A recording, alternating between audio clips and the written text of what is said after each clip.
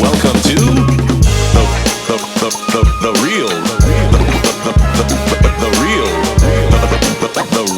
Ramblers movie talk for fanatics. The real Ramblers movie talk for fanatics. And now your hosts, Bill and Lee Howard. Hello, and welcome to the Real Ramblers. I am Bill. This is Lee. I'm Santa Claus. Yep. Spot on. Yeah, that was, it was so authentic. It sounded like the real person. Yep.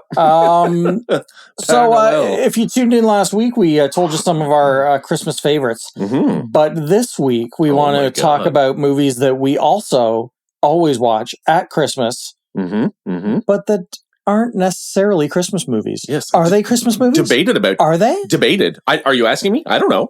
Is it? Yes. That one is. No, it's not. It could be. Yeah. I don't know. So we may start just a crazy online debate that's going to explode into tumultuous, I don't know.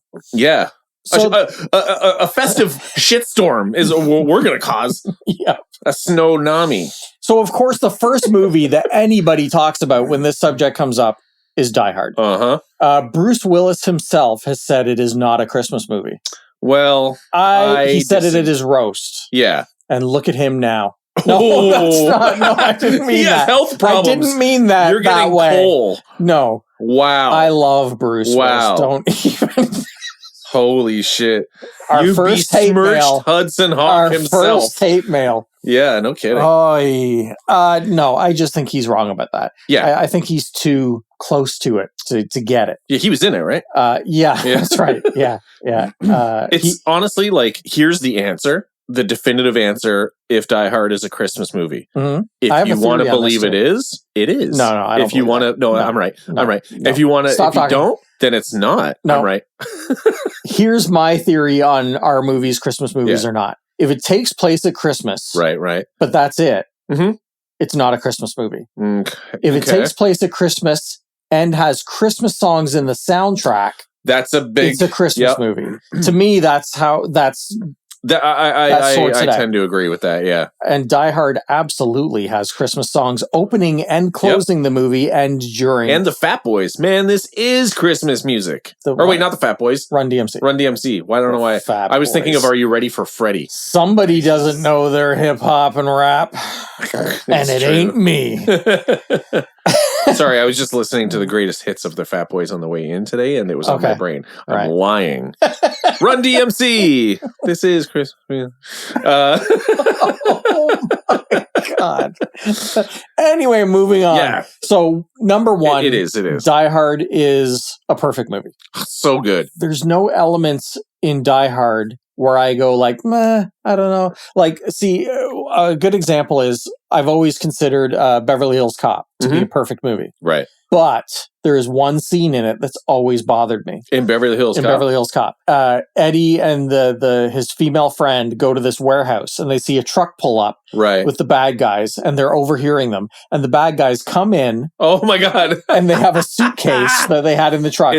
They open the suitcase, they take out these bonds, they take them out of a box and they put, they take a crate, they take the stuff and it's a small crate. It's not even a big crate. They take the stuff out of the crate and put it in a suitcase, get back in the van and leave. Yeah. And I'm like, why did you go there? Yeah. Why it was did you get out of the van? For exposition. Yeah. It was just so that they could overhear their conversation. Yeah. And that scene keeps it from being a 100% perfect movie. But aside from that, Beverly Hills Cop, perfect. Yes. But Die Hard, I felt like Jeff Goldblum there for a second. Oh, that's right. Yes. Because I did the fast ramble. Yep. Oh, yeah. Ramble. Ramble on. Oh my good God. But Die Hard is absolutely perfect. It's incredible. It's a perfect blend of humor, emotional realism stuff, like realism in the terms of like how it's funny. Michael Scott on The Office went on a little talked about this, how like the Die Hard sequels like way later, it's like he's fucking jumping off of airplanes and all this stuff, crazy. And it's like, whereas the first one is the physics was real. Yeah, absolutely. Yeah. Like when an explosion goes off, nobody flies 30 feet. No, they just kind of get hit by it and fall down. When he does the fire hose off the side of the building, it's believable. Yeah. And he's trying to break the glass and can't. So Die Hard is brilliant. But the fact that it opens with Christmas music, ends with Christmas music, takes place at a Christmas party. Yep. I think it is 100% a Christmas movie. Yeah. And everybody, the entire cast is perfect. Yeah. Everybody's perfect. The chemistry, even though they don't have a lot of scenes together, the chemistry between Bruce Willis and Bonnie Bedelia is brilliant. And one of the main reasons I have a gripe with Die Hard 3. Oh, yeah. But that's for another time. But yeah, everybody's great. The scumbag friend that does coke. I hate him so much. That dude has he's the like most punchable face. I think he's like a writer and director too. Oh, is he like really? In real life. Yeah. What's Ellis? Was that his name in the movie? What? Ellis, yeah. Ellis. The reporter guy. Oh my God. There's a lot of punchable he always people plays in this. A dick. But then the cop, amazing. Oh my God. Al Powell. Yep. Reginald Val Johnson. Yeah, he's amazing in it. The limo driver, he was great. Yep. All the You're all right, Argyle. Fucking California. Such a classic. Bruce Willis was like the go-to impersonation like in the 80s and 90s because it's like you don't really have to impersonate him, you just have to talk a certain way. Yeah, just kind of get that like side smile and like a few drinks, a few laughs. I misquoted that, but anyway. But yeah, everybody's great in it. All the guys playing the terrorists are great. The great Alan Rickman, like superbly underplaying the villain. Yeah, he wasn't like mustache twirly and he was like great. Yeah, his scene with I can't remember his name, but the head of Nakatomi, when he has that conversation with him about opening the safe and then just kills him. Like it's brutal. He's so cold and calculating. That's the thing is he's so like threatening without being threatening. Like when they're in the elevator together and he's like, "Nice suit." Yeah. He's just myself. He's great. Yeah, and all of his team were all beautifully cast. And Alexander Goodenough, the ballet dancer, is the main terrorist guy, which I don't think he had done acting previous to and that. He was great. He got cast after it in Witness with Harrison Ford, which he was also great in. But he was awesome. Yeah, he was really great. Yeah, it's a Christmas watch for us. Yeah, every year for sure. It's amazing. But anyway, so what other films come to mind when you think of this? I definitely had a decent list. I have a pretty good list. I also just want to give a shout out to the underrated Die Hard 2. Yeah. Because that's also a Christmas movie. It takes place at Christmas. Absolutely. And Die Hard 2, a lot of people hate. And I don't know why. Well, I think because it's so polar opposite to 1 in terms of ridiculousness. Right. Well, like it's off the charts ridiculous. But I find it super fun. Yep, totally. The action is crazy. Yep. William Sadler is a great bad guy. That dude's always great. Yeah, he's always great. Fucking Dennis Franz is in it. Yeah. Who says fuck more than anyone in a movie ever. Yeah. Yeah, it's just the cast was good. Has that cool little twist where it's like, they think the cop guy or the SWAT team is coming in to help. And it's like, awesome. Oh shit. They're awesome. Yeah, it was really good. I really enjoyed it. And Bonnie Bedelia is back in it, and it's funny that the reporter is on the plane too, and it's awesome because she fucking tases him and stuff and punches him out again. No, it's a great movie. It's great for different reasons than Die Hard. Yeah, but I feel like it complements it well, and I like that it's also. I think people just have to accept it for what it is, and that's where the love comes from. Totally, yeah. Don't expect Die Hard. It's just the classic thing, like don't go into sequels thinking you're going to get the original. Yeah. But he still felt like John McClane to me in that one. Absolutely. And not so much the other ones. Yeah, the other ones, he kind of... It's just like Bruce Willis as Bruce Willis. Exactly. Yeah, anyway. But he was definitely John McClane in that one. My other big one is Lethal Weapon. Oh, right. Okay, that was on my list. It's been a long time since I've watched the first Lethal Weapon, but because I always forget that it's a Christmas movie as well. Yeah. And again, it's funny. It's funny that there's the Die Hard online debate, but nobody's ever debated about Lethal Weapon. No. Because it's exactly the same situation. Yeah. It takes place in LA, so it's all sunny and warm. Yeah, I was going to say. But opens and ends with a Christmas song. Right. And takes place at Christmas. There's a gunfight in a Christmas tree loft. Oh my God, of course there is. So it's a Christmas movie. Absolutely. That's funny. Yep. And if you haven't watched it in a while, seriously revisit it. Does it have Christmas music that plays during the movie? I don't think so. I think it's all a Mark Kamen score. Okay. I could be wrong though. Yeah. It's just been a while. Actually, I think I am wrong because I think the scene where Gary Busey goes to their house. Oh my God, Busey! Oh, I know. And Busey's amazing in it. Like, I think it's one of his best roles. Butter sausage. He's like scary in it. He's really scary. Just like in real life. That albino jackrabbit son of a bitch. That's what he calls him in it. It's great. Pits in his face. But he's great. And the fight with him and Mel Gibson on the lawn at the end is amazing. Yeah. Both of those guys trained for months in like 6 different martial arts. So crazy. To do that fight. It's great. But yeah, I believe there's a scene where I think in Michael Kamen's score, he uses jingle bells in the score sometimes. That makes any music sound Christmassy immediately. Yeah, so Lethal Weapon. You know what? When you leave here today, I have the DVD with the director's cut of Lethal Weapon. Oh. I feel like I remember getting that on VHS. Yeah. That was like one of the first, like, a director's cut. What is that? And you could only order it off TV. Oh, the original that's director's crazy. Cut. Yeah, it was a TV only thing. But you can take it home with you and you should revisit it this Christmas. Okay, I will. That's amazing. But yeah, love Lethal Weapon. A big one for me, a not Christmas movie, Batman Returns. Yeah, I knew that was that one might be like... And the funny thing is, I don't think there's any traditional Christmas music in it.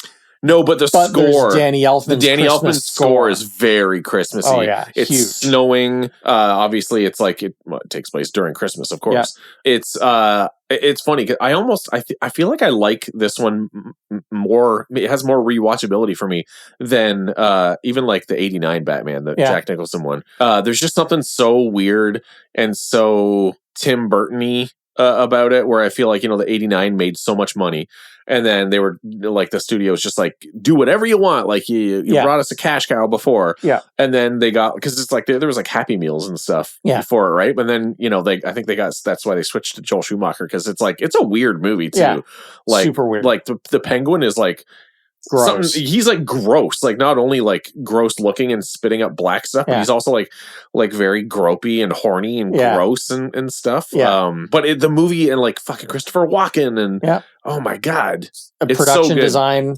incredible. Took like everything from the first one to another level. Absolutely, because you got to see way more of in the city in part 2. Yeah. Than you did in part 1. Yeah, absolutely, and obviously fucking Michelle Pfeiffer is like god tier. Iconic, in that movie. Yeah. It's just, I love it, and it just feels Christmassy. Yeah. No, it's amazing. So that's one we have to watch every year. Sometimes we'll start watching Christmas-y stuff, Christmas-adjacent stuff in like November, and then like Die Hard and Batman Returns is kind of our November stuff leading into December, but I fucking love Batman Returns. Yeah. Yeah. Another go-to for me, even though I watch it traditionally after Christmas, because it's kind of, I decided to throw it in here, even though it's more of a New Year's movie. But When Harry Met Sally. Okay. For me, it's always been a New Year's Eve movie because the last scene takes place. Well, there's pivotal moments in the movie that take place on different New Year's Eves. Oh, right. Yeah. But I mean, there is Christmas stuff in it. There's Christmas scenes of like Harry and Sally bringing a Christmas tree home together. Oh, yeah. But then after they have their big thing, it's like Sally bringing hers home alone. So, I mean, there's Christmas stuff in it. Right. But for me, it's always been I try and watch it every single New Year's Eve. Oh, nice. And aside from being a holiday movie, I still say When Harry Met Sally is the most perfect romantic comedy that's ever been created in the... It has been a long time since I've watched that as well, so that's another I need to revisit. It's brilliant. Like, it really, Nora Ephron's writing, her other stuff is great, Sleepless in Seattle and You've Got Mail and stuff like that, but I don't think any of it even remotely comes near touching When Harry Met Sally. Rob Reiner directed it? Yeah. Too? Yeah. And I watched that movie. You suggested They Came Together. Yes. And I didn't realize, I thought it was just going to be a parody of romantic comedies, but it's like a direct parody of When Harry Met Sally. It totally is, now that there's almost scene for scene stuff in it. That's so funny. Yeah, the bookstore. Like, there's exact You like scenes. fiction books too? Yeah, you like fiction books? That movie's I told Jay I got to show it to him. Oh my God, it's so ridiculous, but I love it. Yeah. But yeah, When Harry Met Sally is definitely a holiday pick for me. Yeah. Another one that I'll throw out there that I would be willing to bet 98% of people listening haven't seen is a movie called 29th Street. Oh, I always remember you talking about this. So good. It's Danny Aiello and Anthony LaPaglia. Right. And their father and son in the Bronx, I think, in New York. And it takes place when the first New York State lottery happened. Okay. And Danny Aiello, his dad, is a guy who's always had shit luck. He never gets a break. hardworking, regular guy, loves his family. And his son, Anthony LaPaglia, is a kid with a horseshoe up his ass that's never worked a day in his life. Literally? Yeah. Okay. He literally has, there's scenes showing the horseshoe. Oh my God. No. But Danny Aiello buys like 1 million tickets because he wants to win and finally be secure, financially secure. And then I won't reveal anything else about the story. And it's based on a true story, which is crazy. Wow, okay. And the guy who it really happened to was involved in the making of the movie. Oh, neat. But all that I will say is that, one, the acting is off the charts. There's a scene between Danny Aiello and Anthony LaPaglia that almost makes me cry. It's both those guys are so good. Oh my God. Danny Aiello is just unbelievable. But it's a really good, heartwarming story with some good twists and very New York. It takes place at very Christmas. Yeah, I think the lottery thing happens over the course of Christmas and New Year's. I think. Okay. But the whole movie is like New York and falling snow through the whole movie, and but there's like flashbacks to when he was a kid in the summer and stuff. Right. Like that. But it's one of those movies that once you watch it, you'll be like, oh, I'm watching this every year. Oh wow! It's just so great. Oh, that's nice. So that's a good one. Another one I got is Shazam. That's a Christmas movie. Yeah, that's right. Yeah, takes place at Christmas. It's very Christmassy. There's Christmas music in it. And I love the first Shazam. Yeah, the second one was super like, fun. Fine. Well, we'll talk about that during our Snyderverse episode. And it's such like a fun movie. I was surprised by it because I wasn't expecting much out of it. Yeah. And I really enjoyed it. Yeah, just like the whole cast is so good. Yeah. Like the kid actors are really, really good. And then like they're like the adult superhero versions were like perfect castings.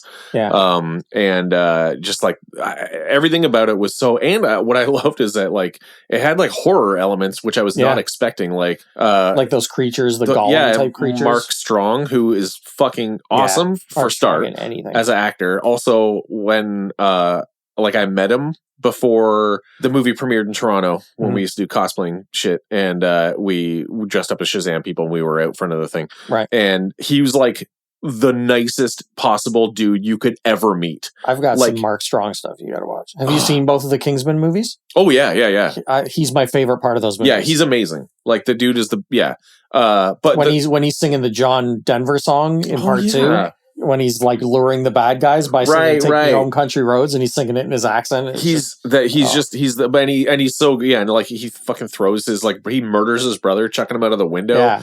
Like unexpected stuff happens. He did a TV show, a cop TV show that I can't remember the name of, but I have it.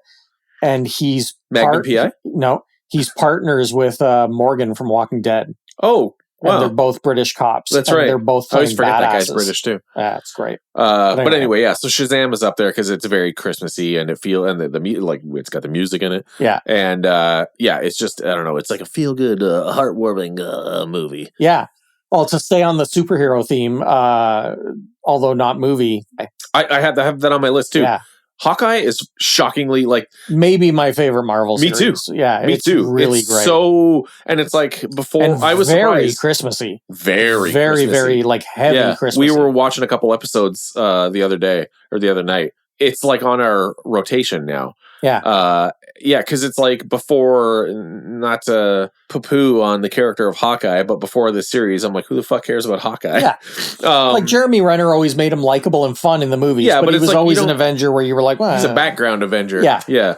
But the show, I like that it kind of, it focused a bit more on Kate Bishop, because I didn't really know I thought that originally, I'm like, isn't that his daughter? But it's like, oh, she's just someone else. Yeah. She was great in it. Everybody. Oh my God, what's her name from The Conjuring? Why am I forgetting? She's amazing. Vera Farmiga? Yes. Yeah. Also amazing. Yeah. And Renner, with having the time in Hawkeye, elevated that character. Absolutely. Yeah. It's like there's so much more kind of humanity and stuff to him. I think that's all he needed. He just needed to be fleshed out. He didn't get the screen time. Yeah. Yeah. Absolutely. Yeah. Just like him dealing with the loss of Natasha and stuff actually felt, because his hearing issue and which is canonically in the comic, he is deaf. Yeah. So it's cool that they brought that in. Yeah. Obviously, my girl Florence Pugh is so good. Unbelievable. So you want this mac and cheese? It's really that good. Whole scene is like such brilliance. Oh my God. She's the best. She's the writing, I love and her performance of Yeah. the writing was just genius. Yeah. Like next level amazing. Yeah. The action's good. The comedy's good. Yeah.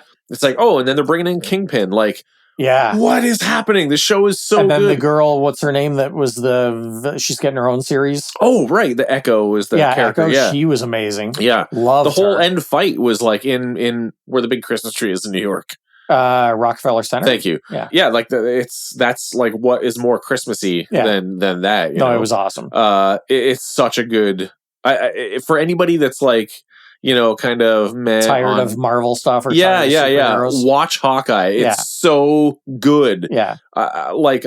We were blown away, very surprised. Superhero is not the number one descriptor for that series. It's character. Yeah, very much. There's really heavy character arcs. Yeah. And it's really good. Yeah. Oh, really God. And the musical is so hilarious. Funny. Yeah. It's insane. Yeah.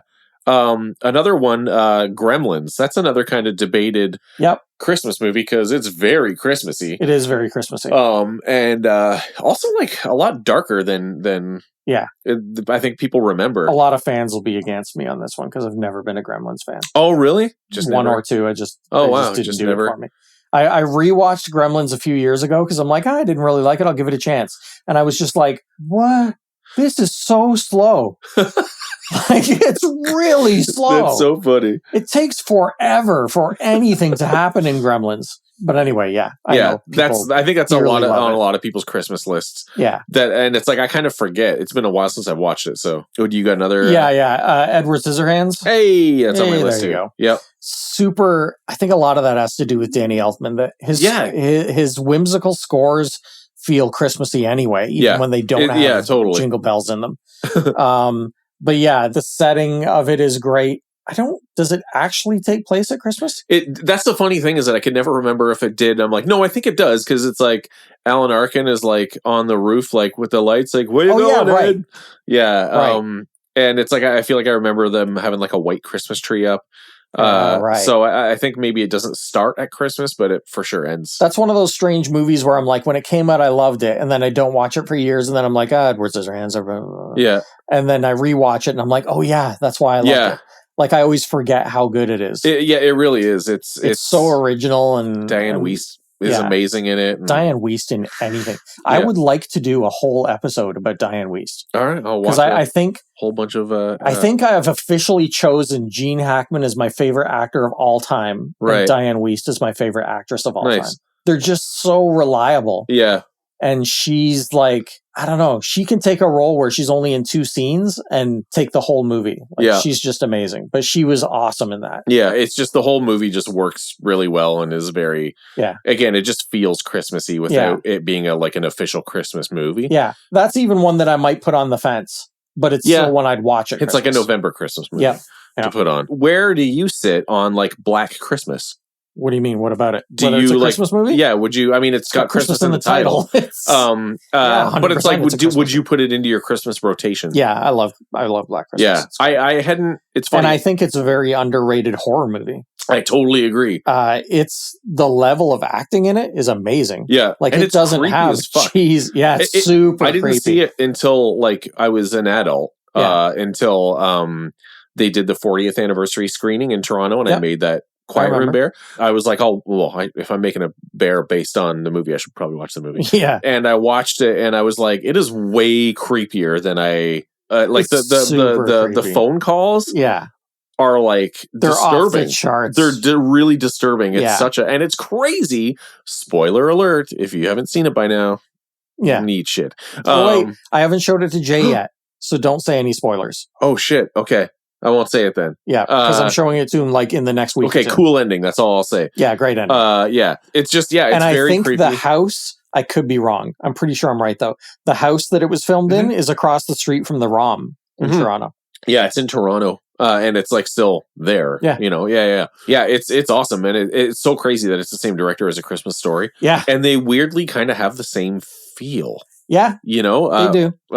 He has a very specific style. Yeah. And it's one that I also forget to put into my Christmas alternative Christmas watch list. Yeah, but it is it's great. Did you see either of the kind of remakes? Yeah, terrible. I didn't really. I feel like I was okay-ish with the first remake. Like I didn't love it, but I was just like, it's. But the second remake was. I don't know that I mean, it really shouldn't even be a remake because it was just a different movie. It was like an extreme, like political correct movie. Okay.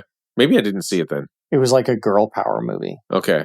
But to an extreme that was like insulting. Oh, okay. Yeah. It's too bad. Okay, I was looking forward to it. I thought I had seen it. Maybe I only saw the trailer. I know I saw the remake, like the first remake, and I was like, it's like okay. It's kind of like the Carrie remake where I'm like, it's fine, but there was a lot of stuff I really liked in the Carrie remake. Yeah, it wasn't bad. I was just like, I liked that it had extra telekinesis stuff. Yep.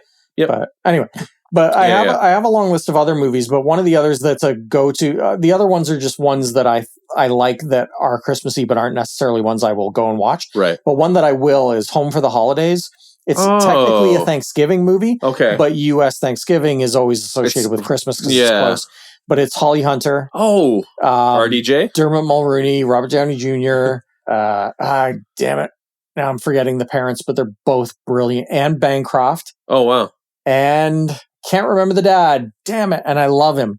But anyway, the whole cast is unbelievable and it's super funny. Nice. It's really, been I know really that funny. I have seen it, but it's been a really long time. Yeah. Robert Downey Jr. is Holly Hunter's brother. Right. And Claire Danes is, she's not in it much, but she's Holly Hunter's daughter who she's leaving home for the first time as a teenager while she goes to her parents. But holy cow, the writing is directed by Jodie Foster. Oh shit, that's right. It's really good. Yes. Really, really good. It's a must watch every holiday. You said Dermot Mulroney is in it? Yeah. Also, I met that dude this year and the nicest fucking guy ever. Love him. Ever. I've always loved him. He was at American Horror Story. Come on. First season. Oh wait, you know what? Oh my god, I made that classic mistake. Oh no, I mixed them up. You mixed them up. Dylan McDermott? Dylan McDermott. It's not Dermot fell into the Dylan McDermott, Dermot Mulroney trap. I did. This is an ongoing segment. But it's because I was trying to remember the dad, so I was thrown off. But yes, sorry, it's Dylan McDermott that's in Home for the Holidays. But I love both actors. Yeah, they're both great. But you met Dermot Mulroney, yes, from Young Guns. Yes. Right. Yes. And the newest. And he's great and not in Home for the Holidays. No. He's in the remake, I think. I'm joking. I made that up. He's playing every character. He's the nicest guy in the world. That's all I was going to say. Yeah. I've never met the other guy. I've heard Dylan McDermott is great, but I like him in American Horror Story. They must have done some kind of skit or something together. I think so. It sounds familiar. One of the 8x10s that you could get signed from Dermot Mulroney, now I'm getting all fucked up in the head about it, is them because they're dressed like pilots or something and they got like their arms around each other. Yeah. And I'm like, there must have been, they're like, hey, you want to do this? You want to do this? Well, because I mean, how many Dermots are there around? So not very many. Yeah. It's like the whole Bill Pullman, Bill Paxton thing. Yeah. Yeah. R.I.P. Which they were in one movie together. Were they? Yeah. Brain Dead. Oh, shit. Okay. Yeah, it was great. Really good movie, too. But anyway, some other movies that I'll just kind of rhyme off here since.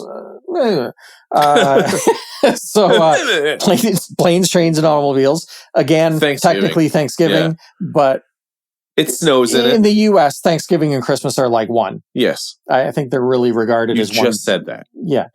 I know that. I'm reiterating. I'm just being a real So anyway, Planes, Trains is awesome. Yeah. I cry at the end every time. With Dennis Leary and Kevin Spacey. Right. Yeah, funny movie. Everybody's Fine.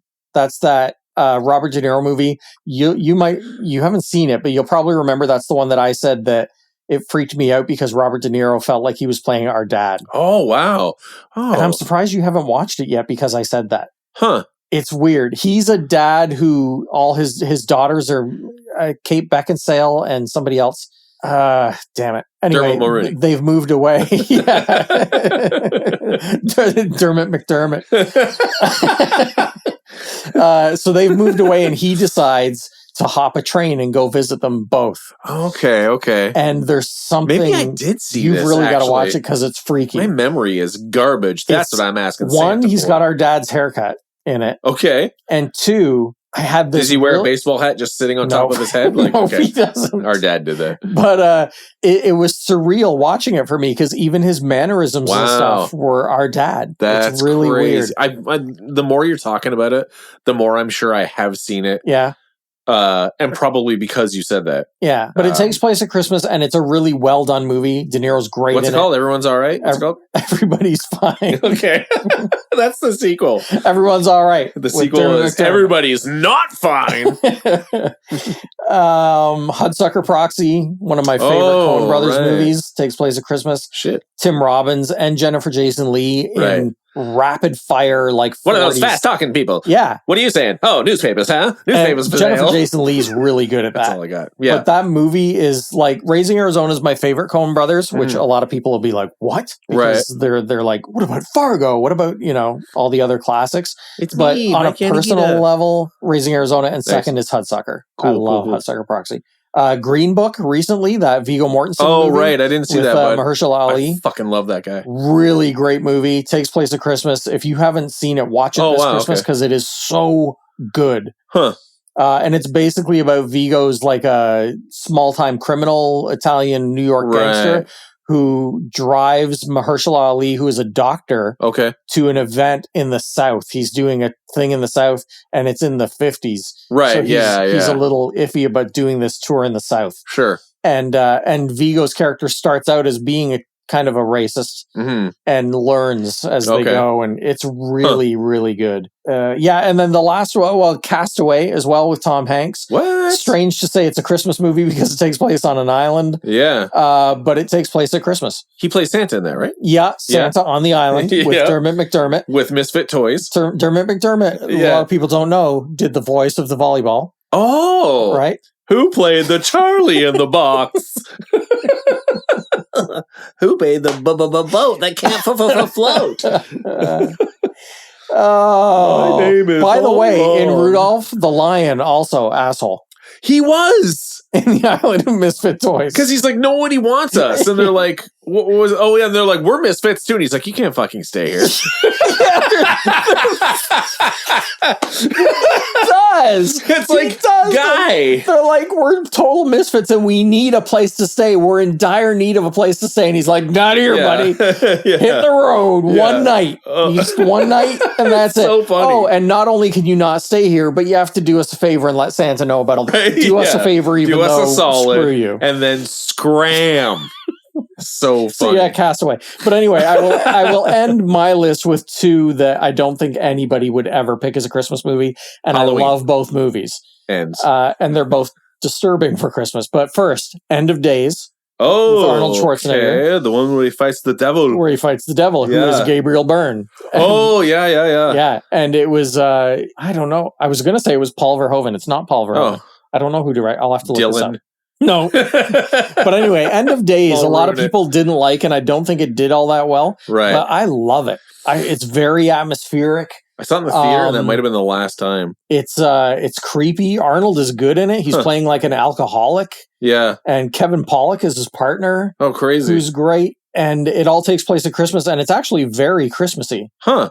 Weird. I don't remember. Peter Hyams directed. Oh. Anyway, really atmospheric, really well done, good action scenes, good special effects. Gabriel Byrne is unbelievably awesome as the devil. So that one's great.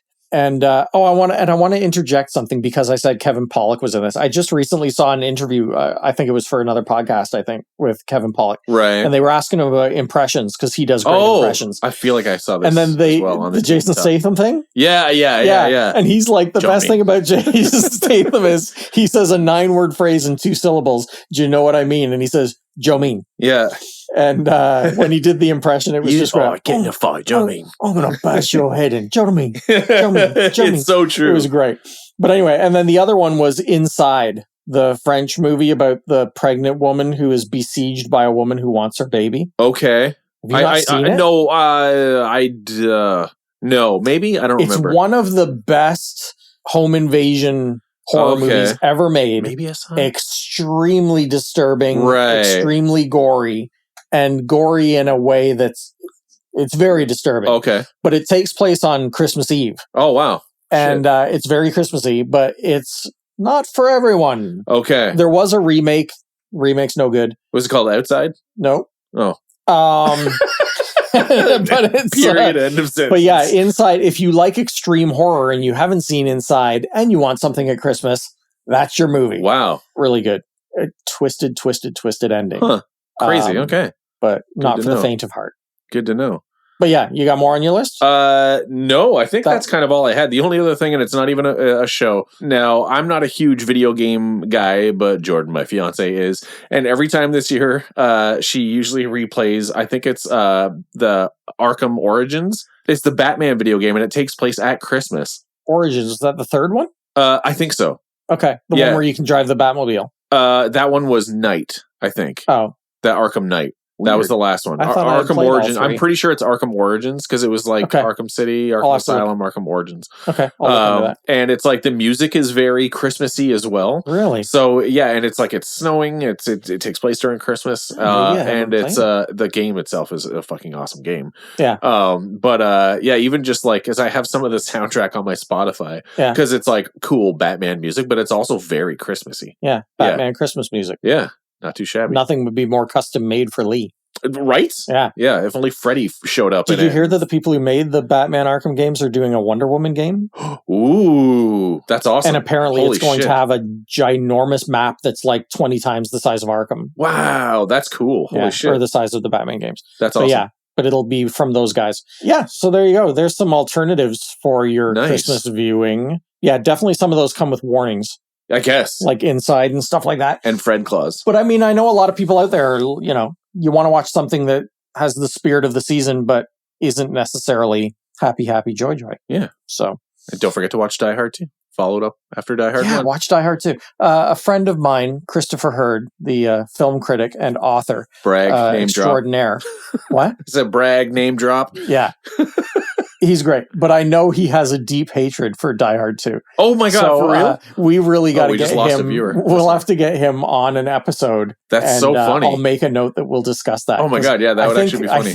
I could be wrong, Chris, if I'm wrong, but I think he vehemently hates it. Wow. Really hates it. What's there to super hate about it? I know. It's just fun. Come on, Chris. Yeah, Jesus. But anyway, we'll get him on here. We'll talk about it. But yeah, go out there, watch these movies. Yeah. And if there's anything that you guys watch that we didn't mention, let us know. Consider a Christmas movie that you watch. Not only do we want you to comment to just interact, but I actually really want to know. Yeah, me too. Because maybe we're forgetting some forgetting some great ones. Yeah, we forget a lot of things. I don't know how I got here today. Yeah. But anyway, if we're not going to talk to you folks again until after Christmas. So hopefully everybody has a Merry Christmas and a Happy Holiday. Yeah. And enjoy yourselves. Buy me something nice. I have expensive tastes. Diamond encrusted adult diapers. That's what Lee likes best. Mm-hmm.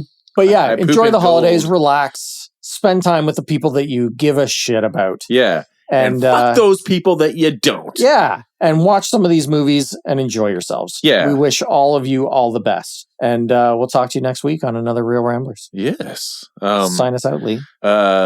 Just don't do your Santa Claus impersonation again. Your authentic Santa Claus impersonation. Ho, ho, ho. This is Santa Claus. What? Nope, this is the real Santa. I hope you have a great Christmas and a wonderful New Year. Santa Claus. That was Jeff Bridges. That just I didn't know I could do Jeff Bridges. That's amazing. That was 100% Jeff Bridges. I'm going to re-listen to this part of the podcast and learn to do it. Oh my God! I just taught myself It was. I think it was that. Oh, that thing at the end. Yeah. Holy shit! Wait, are you saying Jeff Bridges is Santa Claus? Yeah.